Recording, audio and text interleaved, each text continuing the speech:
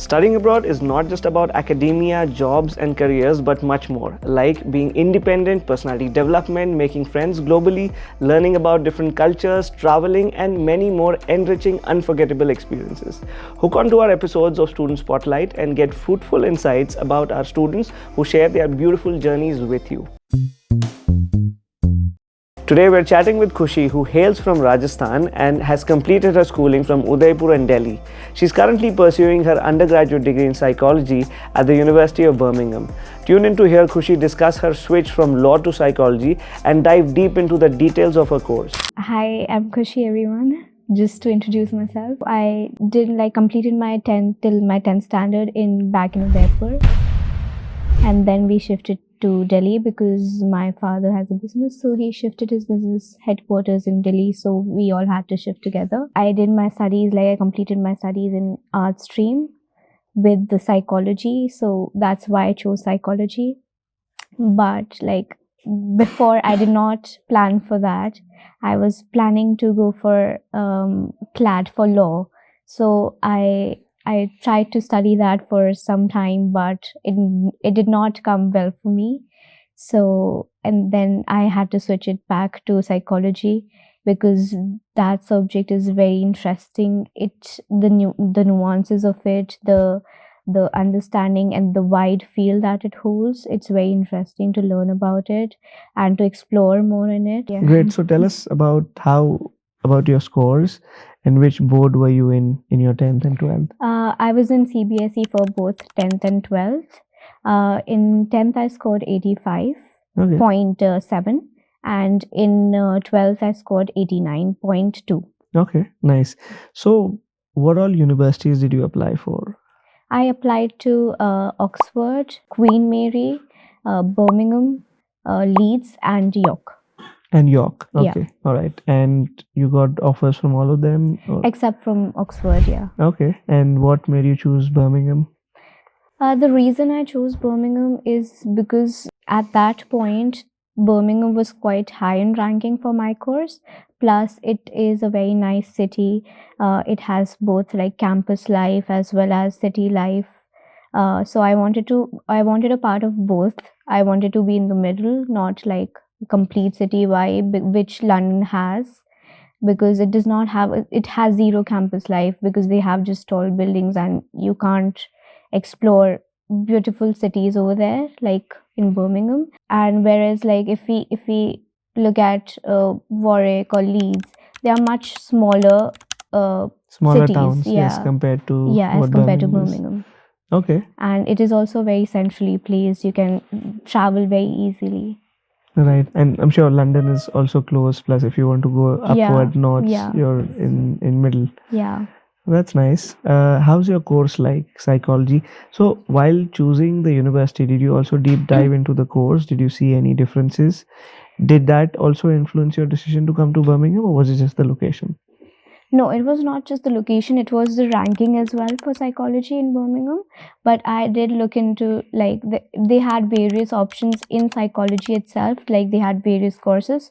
But I chose BSc psychology because they give you a taste of all the fields that psychology has to hold for masters. So if I want to go to a different field which I don't like before in 12th, but I like now because I've already explored it through this course, then I can choose it for my master's or for my other degrees that I want to pursue. Okay. And how intense is the course? How many classes do you have every week? How many days is your engagement with the tutors? So it's 4 days in a week. Okay. Roughly. The course, it is intense because you have to do a lot of self-guided activity, because it has a lot of biological basis also, so you need to read upon a lot of books and go through the PPTs a lot. If we see the assignments and the exams, they are very technical sometimes. Okay. So you need to give one module. It says 100 hours. Okay. For one semester. 100 obviously. learning hours. So yeah. Self-study hours. Self-study, Okay. yeah. We have around, for first year we had 4 modules in one semester, and in second year we had 3, and now in third year we have to. Okay, right. And so, how is the balance between practical? Do you get any practical exposure where you would get to go out and do some work with psychologists, or is it all theory? It is most theory because the practical work in psychology comes in later. Like Okay. you can't go and diagnose children right there and there because it is a very complicated matter. Mhm. You need to learn a lot more to go towards that. Even if we take like the corporate sector, you need to learn more and then you can go towards the practical application of it. But yes, they do give you practical exposure through like the psychology society that we have, Mhm. but it is more like observational work instead of diagnosing someone. Okay. What's basically, so I think after studying the bachelor's, which Yeah. you have a lot of areas like you mentioned that you can Yeah. explore, what are the main streams that usually students get on for the master's? I've heard of counseling and organizational. Yeah, there's counseling, there's clinical, there's forensic, then there's organizational counseling, as you said. Yeah, there are a couple of more. You can go into defense, you can go into sports. Mm-hmm. Yeah, are you planning to go any of those, or what's your plan for I masters? am planning to go for the industrial and organizational psychology Okay. because I want to pursue that for my career. So Okay. that is the most viable option for me. Okay, and you get to choose electives which are more focused on the organizational and industrial, Yeah. For the masters, they don't not have. for the undergrad. Undergrad, you can choose that. They have various different types of courses here in UB itself. But I chose that because I wanted to take a feel of all of it, as I said, Okay. and then make my decision because I wanted to explore a little bit more Okay. before making my like final decision. Okay, nice. So what I've heard is for you to be practicing in your area or field, you have to be registered with the British Psychological Society. Yeah. So is that for your course? Like before you enrolled for your registered for the course, was that a requirement? No, that was not because BPS is particularly more for people who want to become psychologist or a counselor here and then practice here. Okay. Yeah, because that is the only requirement then. If you want to pursue psychology as a counselor or as a psychologist, because then you need to get a doctorate degree as well. Okay. So you need to fill in those nuances as well, Okay. those typical steps that you have to go through. Okay. Have you explored on what options you will have in India if you go back from here? Are you allowed to practice as a psychologist there, or you have to pass certain exams to do that? As in the if you want to go into the corporate sector, you need the degrees. And if you want to go towards the psychologist and the counselor or towards the doctorate side of it, you do need to pass exams. Okay. Yeah, the medical ones, yeah. Okay. So you don't get exemptions because you got a UK masters or a bachelor's? If you have gotten the UK masters, because even after masters, you need to pursue your PhD if you want to become a psychologist. Here in the UK? Yeah, actually it's everywhere because Okay. it's much more intense. Yeah, and that is required to diagnose someone. Okay. Yeah, so Okay. you would still need PhD, Right. but you can like some people go in the opposite direction also. They just complete their bachelor's or even masters and then go for the teaching side of it, become professors, teachers in various universities. Okay, nice. So coming back to your course, how is your classroom size? You mentioned University of Birmingham is quite popular with psychology. So how many students do you have in a class, and how is the format like? For like we have for one module we are 500 because it includes both psychology and neurosciences students. For otherwise it's 350 around in one classroom. Yeah, That's a lot, and for one professor. yeah, it's very competitive as well. Okay. And how do you all have seminars where classes are broken down? Yeah, we do have seminars and workshops, which has like around 25-30 people max. And you get the same professor to talk to, or professor Uh, is different? And for some seminars it's different. Like for workshops it's always different, but for seminars, for some seminars it's the same professor, for some it's different, so it changes. Even for like the normal lectures, we don't have one professor like giving all the, we have 10 weeks, so one professor does not deliver all 10 weeks in some of the modules. okay, It's done by like 2 or 3 professors. okay. Does it get too difficult to deal with change in professors in between modules, and parallelly you have a classroom of 500 people? It is difficult sometimes because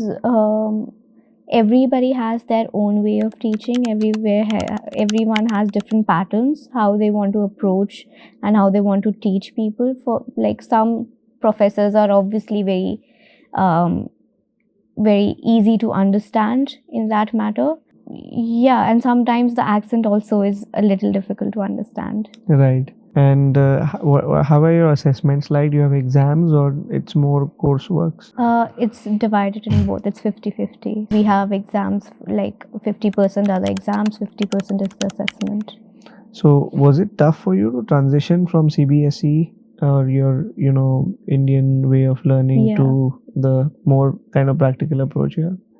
So for first year, because they here have A levels, right? So they teach, the first year is based on that A level itself.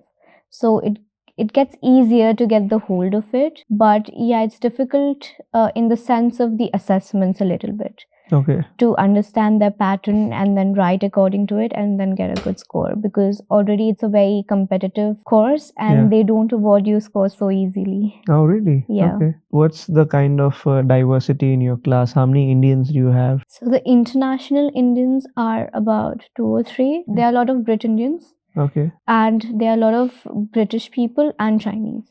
Okay. No, psychology is very popular amongst Brit Indians and Yeah. ethnic British as well, Yeah. because it gives a lot of transferable skills. You can get into any field, after studying that. That's what people aim at. That's why. If you were to go back in time and change anything, right, in your life that you had last 2 to 3 years, change the university course or the country, would you change anything and why? The first thing would be like going back and forth when it came to CLAT and psychology, because I could have given a little bit more of extra time towards this way subject. And the second would be the gap year, because I did lose on 1 year of my life. Mm-hmm. So I would like to go back and apply here earlier and come here on time. And But you would still even though I don't regret it like completely, because I did mature and then come here, so it was a good decision at the end. But I didn't want it to lose on my 1 year though. But you're very happy and satisfied with the way the course is here at UOB. It is like very, very supportive as well. So even if you have like a slightest bit of a discomfort, whether it's towards the lecture or any professor, you can just email and the reply comes back within like 5 to 6 hours. Okay. So it's very good. And like for everything, like right now we had like a full on Zoom video calls, because we have to choose our modules for next year, third year. Right. So we had a very good like descriptions written, and then the videos with the Q&A. So the professors were answering everything, like every smallest bit of question that we had in that Q&A. So it made our process of choosing the module much more easier. Okay. All right. It's good that way. Any advices you would want to give to students who are applying for undergrad psychology or to University of Birmingham? I think they should like explore everything and then create a list kind of a thing according to their priorities, which they think is correct, because everybody has different priorities in life. Some people want to focus on the ranking, some want to focus on the university, just like the campus life and stuff. So you need to choose according to you what is best for you. But exploring is the biggest part of it. Ask questions, see whatever you can see, whatever material they can watch on anything, because there's a lot of things like available here. A lot of support also provided to us by the university. Various like rankings also, there are a lot of rankings available on Google itself. And there are a lot of people, even if you go on the Instagram pages of the universities, there are a lot of people speaking about the university itself, so you can learn a lot more about the university from there too. Right, like, and you rightly mentioned everyone's got a different preference, so it's not about just Yeah. following someone and Yeah. getting in because he or she or my friend got in. Correct. Okay, great piece of advice, Khushi. Thank you very much Thank for your you. time. Thanks for joining us for this episode of TSS. If you enjoyed what you heard, be sure of sharing it with other students and leave us a comment. Your feedback helps us continue to provide valuable content to students everywhere. Until next time, stay curious and keep exploring the world around you. Thank you.